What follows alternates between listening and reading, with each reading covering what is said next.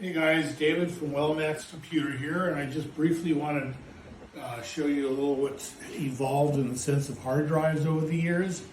So this is a 1 terabyte hard drive. This has got platters in it. A motor spins about 5,200 times a minute. This is a traditional hard drive. Then they evolved into solid state drives. This has no moving parts. It's all memory. About 5 times quicker. We did a segment, go look at the video. Now they've evolved into a chip. This chip is actually 5 times faster than this drive here. And these go onto your motherboard on your computer, and it's amazing the speed increase that we've got here. Thank you.